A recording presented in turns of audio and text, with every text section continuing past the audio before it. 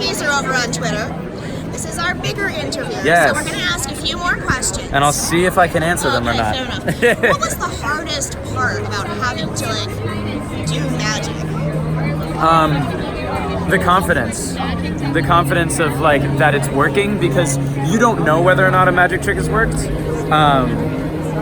until the audience reacts. And most of the time, I mean, there are so many times when it feels as though it's just right in the open and everyone can see it, and you feel kind of like an idiot doing it. And inevitably, all the magic tricks get such a big reaction, and, like, it's just amazing how well placed everything is, and the collaboration amongst all 42 cast members who are up on stage with us. There are 42 cast members. It really doesn't feel like that. It's definitely an ensemble show, but nobody knows it. But it's so ensemble powered. It is all human, like, powered. Like, all the magic tricks are from all these human beings on stage making this story together. And there are so many times when, you know, from the audience's point of view, you're in the dark. They can't see you, but you can see everybody out there, so you feel like you're right in the open. And so that's a little scary. So that's interesting. Yeah. So, like, is that about stage placement specifically, or is that about... It's a huge collaboration of departments, and, you know, the amount of work that all of the departments, lighting department, magic department, movement department, have been working together. And then the magic happens for maybe 4 seconds, and then you have to start acting, and it's incredible. So tell me what a movement department something that's sort of unique to this play?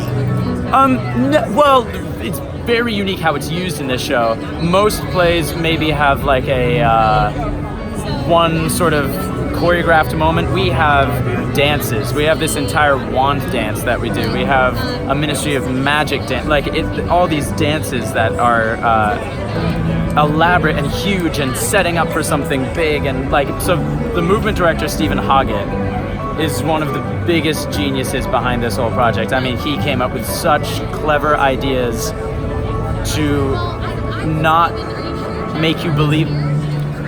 John Tiffany says this a lot, that in movies you get like special effects. And in theater, we're asking you to use your imagination to help us. And it is so genius how much those two are blended, your imagination and our stagecraft, and they come together to make, like, what seems like the most magical experience. Yeah. Oh my gosh. Okay, so is that? I'm just really curious. So you can tell me. I really have to go, Karen. Okay. But no, how different is that from, you know, a traditional play? Because this is a very non-traditional performance. Yeah. What I love about this show is it's genre bending. It's very much genre bending. Like, the way that the stage managers have to call the show, the way the actors have to train for the show, is very much like musical theater, but there aren't any songs, and that's one of the big differences. There are no songs, there are no numbers, but instead of a song, you get a magic trick. Instead of a tap number, you get, you know, a big cloak swoosh. And, like, it's a spectacle. It's a spectacle with a heartbeat, which is what I think all the Harry Potter stories are. You know, all the stories take place in a world that happens to have magic. It's not about the magic. What you're focused on is the interpersonal relationships, which I think is by far the most effective thing. Oh my God, yes. But it happens in a world where magic also exists, and that's so beautiful.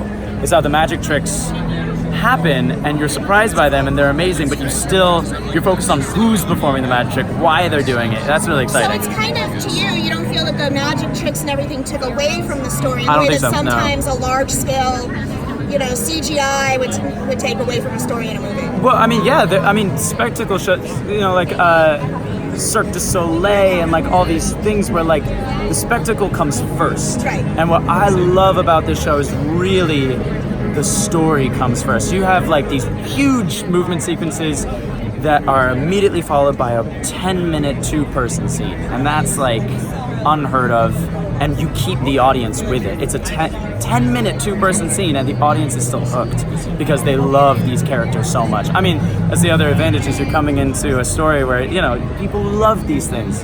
Everyone feels like they have ownership over the Wizarding World, because J.K. Rowling has made this world where we all feel like we're let into this little secret.